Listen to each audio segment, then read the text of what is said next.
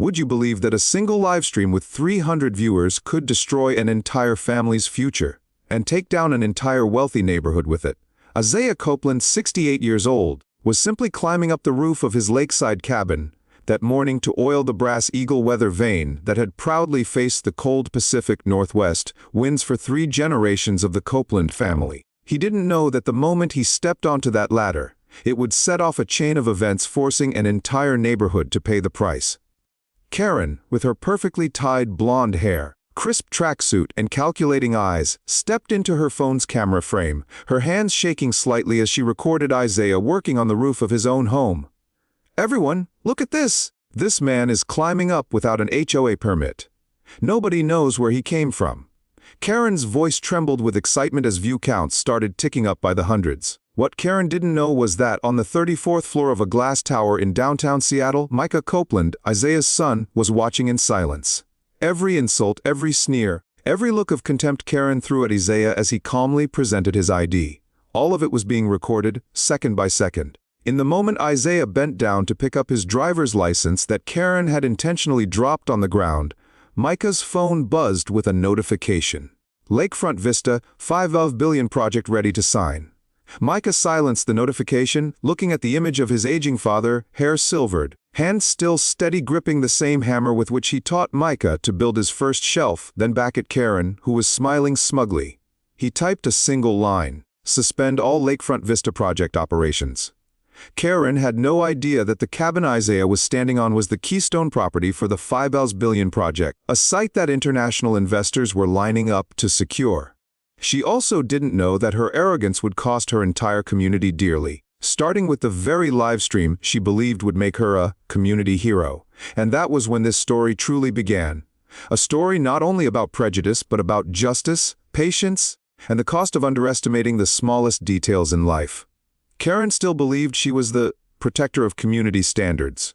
After her first Facebook livestream, she felt like a local celebrity, receiving dozens of messages praising her, courage to stand up, shares from nearby HO groups encouraging her to keep watching those strangers.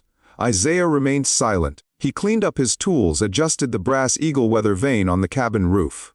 Every movement was calm and deliberate. He had long grown accustomed to contemptuous stares, but this time, it came from a neighbor who had moved in less than 5 years ago. Karen wasn't stopping there. She scheduled an emergency HOA meeting for Saturday afternoon with a single agenda item: review violations by an unidentified man performing unauthorized roof work without a permit. She blasted emails across the community, attaching photos of Isaiah on the cabin roof, urging residents to take decisive action to protect neighborhood standards. She even posted in the Lakewood HOA Warriors Facebook group, declaring, "If we don't enforce discipline, these strangers will destroy our neighborhood."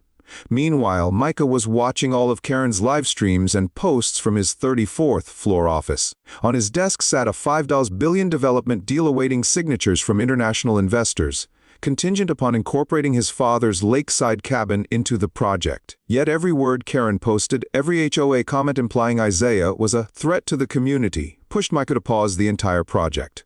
Karen had no idea. She even invited local police to attend the HOA meeting, planning to force Isaiah to stand before the community and admit fault for daring to fix his own roof without permission. She prepared a speech, typing each word with self-importance. "We cannot allow anyone to violate our community rules, regardless of who they are, young or old, white or not." Karen believed she was flexing her HOA power, but she had no clue this HOA meeting would become the first step in pulling her entire family into financial ruin.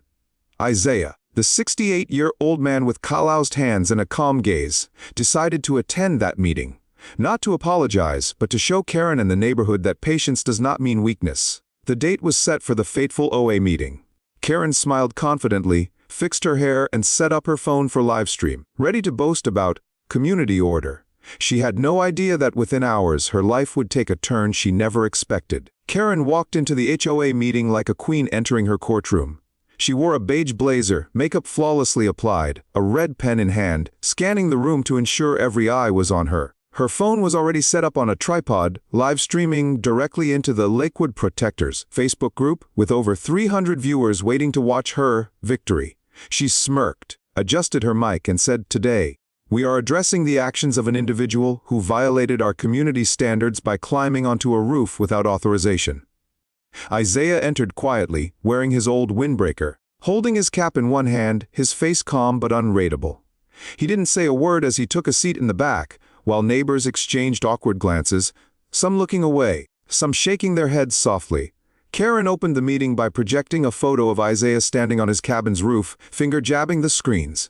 This is clear evidence of disregard for community rules, a danger to our neighborhood's safety and property values.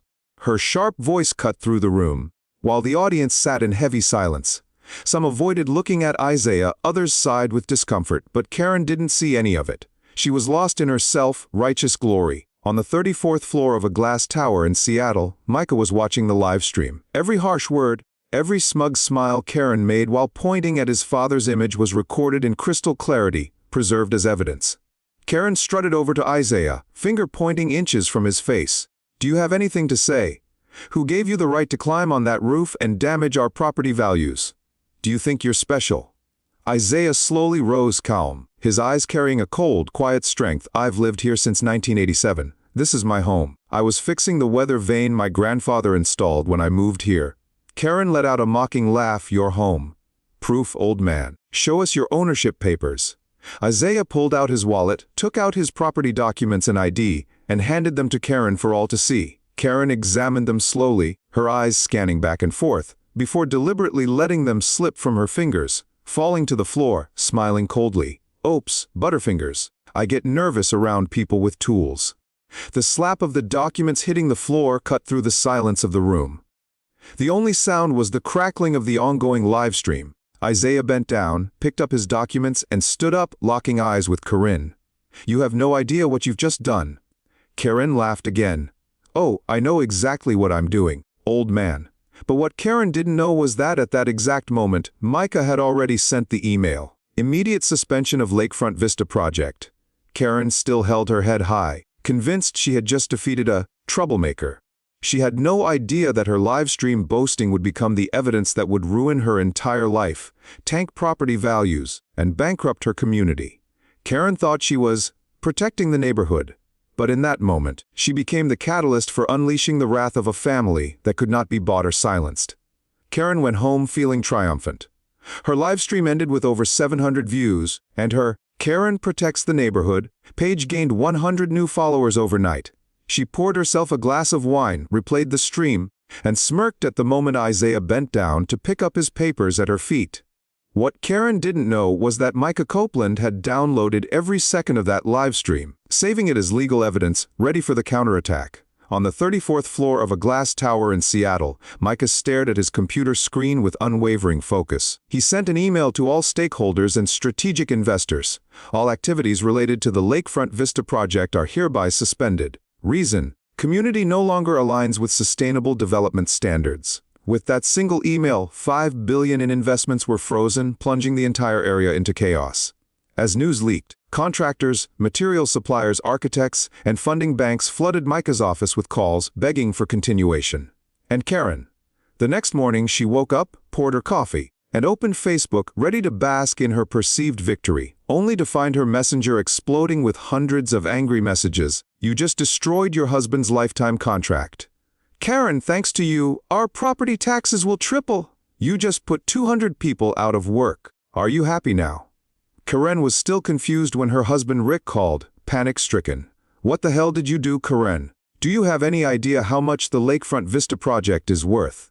Do you realize my company is the lead contractor? Micah Copeland is the son of the man you humiliated yesterday." Karen stammered. I was just protecting the neighborhood." Rick roared. "You just cost this entire community billions of dollars, jobs, and every ounce of credibility we had because you decided to livestream your harassment of an elderly man fixing his own roof."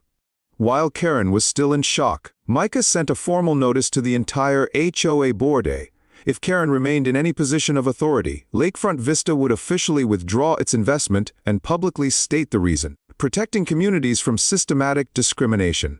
The community erupted in panic. Property values plummeted, investors fled, and local news stations began calling, asking for statements. Reporters arrived to interview terrified residents. Karen locked herself inside, trembling as her phone continued to buzz, with no one praising her, protection of community standards, anymore. Now, all she heard was hatred and fear calling her, the woman who destroyed the entire neighborhood, and Micah. He remained silent, patiently waiting for the community to decide. Will you protect Karen, or save your neighborhood's future? The real storm was just beginning. Karen still didn't understand that by claiming the right to demean others, she had single-handedly destroyed her own life, and the lives of countless innocent people around her. That evening, the emergency HOA meeting was the tensest gathering in the neighborhood's history.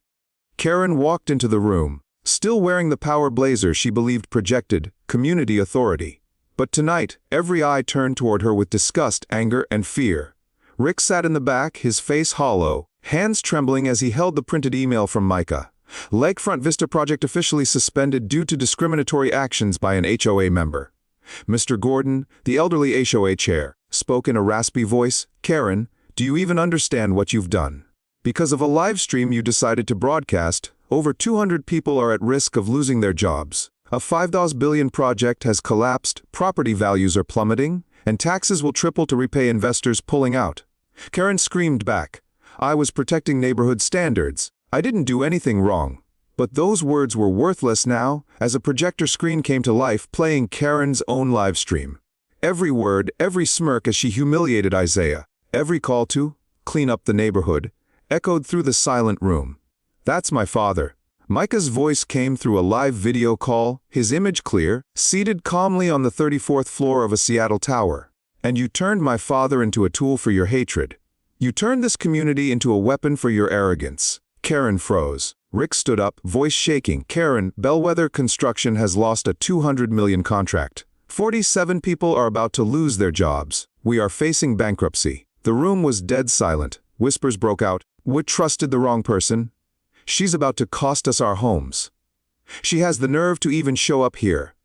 Isaiah entered quietly, slim but standing tall, wearing the same work clothes he had on while fixing his weather vane.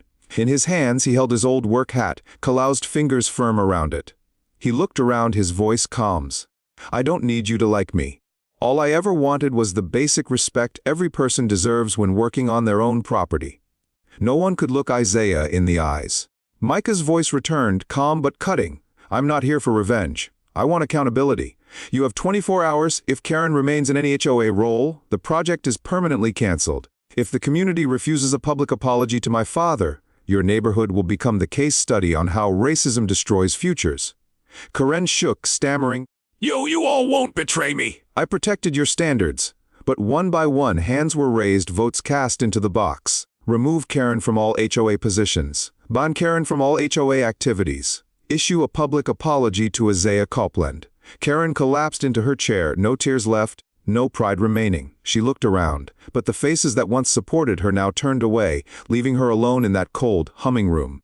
Far away, Isaiah put his work hat back on and walked out steadily. He had reclaimed the respect that was always rightfully his. Micah nodded on the screen. The punishment was complete. Now it was time to rebuild. When the meeting ended, Karen sat alone, clutching the worn-out notepad she always used to record her neighbors' violations. No one looked at her anymore. Rick walked up, his voice low and exhausted. Karen, I filed for divorce this morning.